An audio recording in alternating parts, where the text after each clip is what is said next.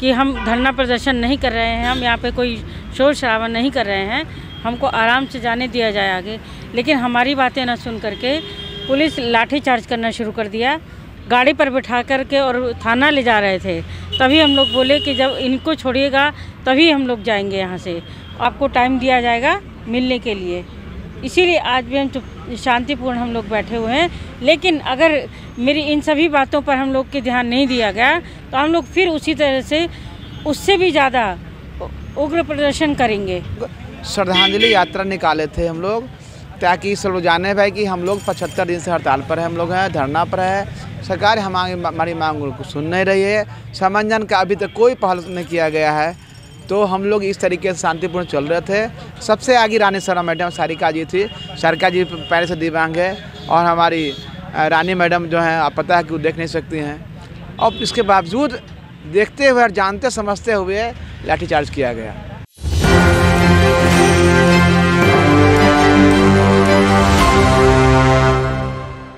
मैं नंदन, आप देख रहे हैं न्यूज़ 24। देखिए, जैसा कि हम जानते हैं कि 3 फरवरी 2024 को विशेष शिक्षक जो लगातार विगत 76 दिनों से धरना दे रहे हैं, वो श्रद्धांजलि यात्रा निकाले थे। किनका श्रद्धांजलि यात्रा आप देख सकते हैं, वीरेंद्र सिंह जो आरा से ताल्लुकात रखते थे, वो विशेष शिक्षक जो दृष्टिबाधित थे, यहाँ पर गर्दनीबाग धरना स्थल पर धरना देते थे, उनकी मृत्यु हो गई थी।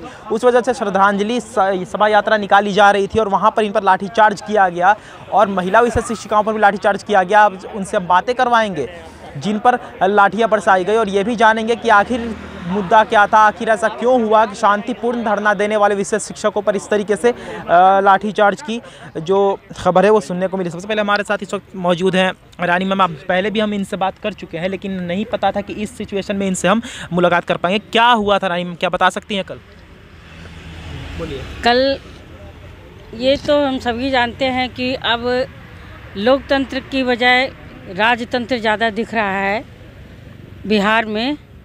कल हम लोग शांतिपूर्ण अपना श्रद्धांजलि अर्पित करने जा रहे थे और हम सभी लोग जैसे सचिवालय के विधानसभा के पास पहुँचे, हम लोगों को पुलिस वालों ने रोका।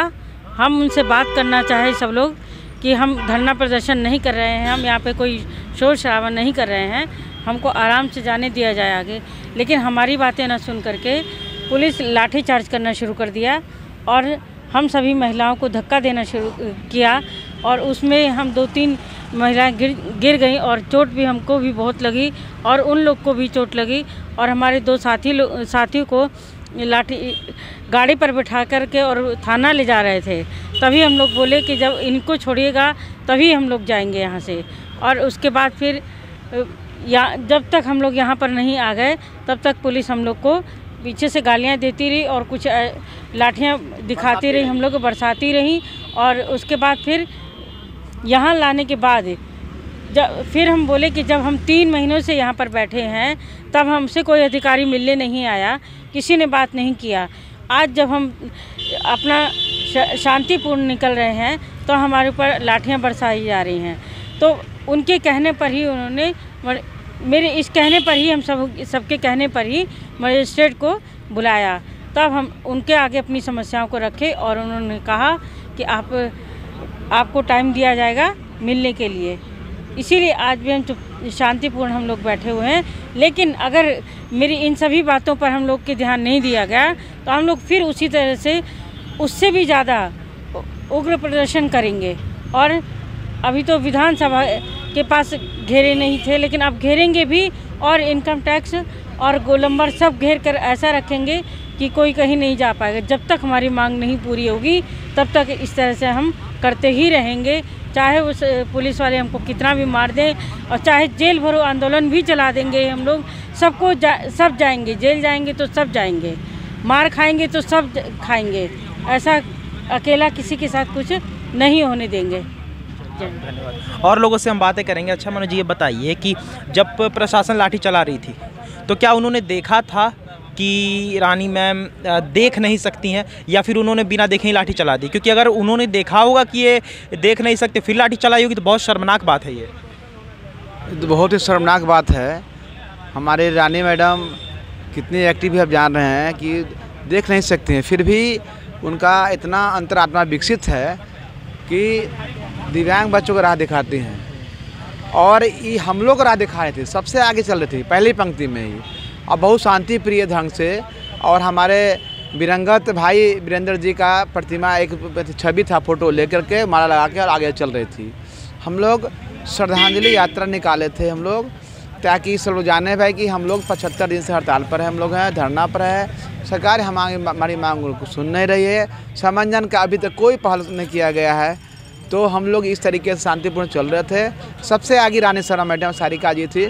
सारिका जी पहले से दिव्यांग है, और हमारी रानी मैडम जो हैं, आप पता है कि वो देख नहीं सकती हैं, और इसके बावजूद देखते हुए और जानते समझते हुए लाठीचार्ज किया गया, और ये अमानवीय व्यवहार किया। उन्होंने गालियाँ भी दी और लाठीचार्ज कर दिया, और उसके बाद गालियाँ भी दी गई। मतलब कह सकते हैं कि चलिए लाठीचार्ज आपने इस वजह से किया होगा कि रास्ता जाम हो रहा था, चलिए हम मानते हैं कि आपने लीगली किया, गालियाँ देना तो कहीं से सही नहीं था। फिर रानी मैडम कह रही हैं कि हमको गाली भी दिया गया, जबकि हम लोग रोड जाम नहीं किए थे, हम लोग एक साइड चल रहे थे हम लोग हैं, और हम लोग चलते हुए अपना और राज्य परिवहन निदेशक के पास वहाँ जा कर के अपना ज्ञापन दे के शांतिपूर्ण तरीके से लौटना था, यही हमारा कार्यक्रम था। लेकिन उन्होंने अभद्र व्यवहार किया, पूरा दुनिया जान रही है।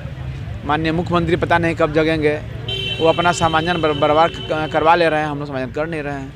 अब अंधेरे नगरी चौपट राजा, टके शेर भाजा और टके शेर खाजा, ये स्थिति हो गई है। अच्छा, और पटेल जी ये बताइए कि जिस तरीके से आपके ही साथी वीरेंद्र सिंह का निधन हुआ, उसको लेकर आप लोगों ने एक दिन उनके नाम किया और उसी दिन आप लोगों पर लाठीचार्ज हो जाता है, इसे किस नज़रिए से देखते हैं आप?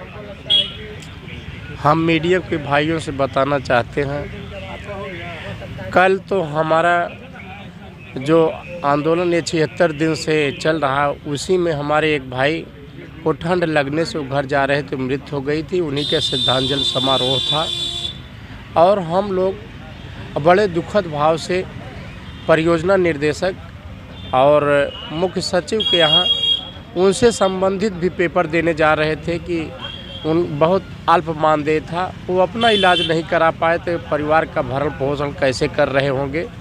उनके घर एक नौकरी और प्लस 10 लाख की मुआवजा का मांग पत्र हम लोग परियोजना निर्देशक और मुख्य सचिव और अपर शिक्षा सचिव के यहाँ देने के लिए जा रहे थे, और बहुत लोकतांत्रिक ढंग से जा रहे थे। जैसे हम लोग गेट नंबर 6 सचिवालय से, पुराना सचिवालय से निकले, डाक बंगला की तरफ पहुँचे, तो वहाँ ऐसे लगा कि जो पुलिस के जवान थे हमारे भाई बहनों पर टूट पड़े और रोक दिया गया। जबकि हम लोगों ने बार बार रिक्वेस्ट किया कि सर हम लोकतांत्रिक ढंग से जा रहे हैं। हमने आदरणीय जिलाधिकारी महोदय को भी पत्र दिया है कि हम शांति जो भी कार्य करेंगे शांतिपूर्ण ढंग से करेंगे, फिर भी वो हमारी बात को नहीं माने। जो हमारी टोटल निःशक्त, दृष्टि निःशक्त और श्रीमती रानी शर्मा जी और अस्थि निःशक्त जो है सरिता कुमारी जी थे, सारे लोगों ने को गाली देते हुए उनको धक्का दिया गया। और पुरुषों के कड़े में सुशांत कुमार जी थे और शैलेंद्र जी थे, और बहुत सारे साथियों को जो है ठेला गया, धक्का गया, कुछ भाइयों को जिप्सी में बैठाया गया, कुछ भाइयों को जो है गाड़ियों में भर लिया गया, थाने के गेट के पास, कहीं हड़ताल के धरना स्थल के पास छोड़ा गया, और गंदी गंदी गालियां दी गई। ऐसा देख के वहाँ लग रहा था कि लगता है कि लोकतंत्र है ही नहीं, राजतंत्र है, और राजतंत्र जैसे चलता था वैसे वहाँ के पुलिस जो है मतलब भारत की पुलिस जो है अंग्रेज के ज़माने में अंग्रेज पुलिस जब थी, भारत हमारा गुलाम था, गुलाम भारत की पुलिस लग रही थी। जो विशेष शिक्षक हैं और विशेष शिक्षकों में जितने हमारे दिव्यांग शिक्षक थे, बहुत सारे लोगों पर लाठियाँ बरसाई गई, नौजवानों पर लाठियाँ चलाई गई, महिलाओं से, उससे हम लोग अति दुखी हैं। और जिस अपने भाई के लिए मांग पत्र दे रहे थे, और उसी हफ्ता एक सामंजस्य का भी लेटर था, वो भी हम लोग शांतिपूर्ण ढंग से देने जा रहे थे, क्योंकि 76 दिन हो गया था। हम लोग उनसे बातें करके कुछ बीच का रास्ता निकालकर हम लोग अपने धरना स्थल पे वापस आने की फिराक में थे, और अगर सरकार मान जाती हमारी बातों को तो हम लोग खुशी खुशी धरना तोड़ के अपने जगह पे चले जाते, क्योंकि दिव्यांग बच्चों का इस समय परीक्षा भी चल रहा है। हम लोग 3 से 18 आयु वर्ग के बच्चों पर कार्य करते हैं, जिसमें मैट्रिक और 10+2 की परीक्षा चल रही है।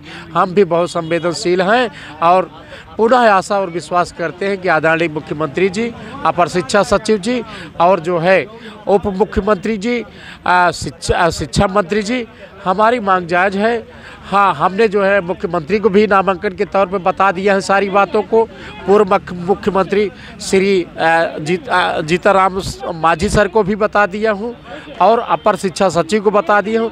सारे लोगों और जितनी राजनीतिक पार्टियां, सारे लोगों को गुहार करके हमने बता दिया है। हमारी मांग जायज़ है, हमें जो है न्याय मिलना चाहिए। धन्यवाद।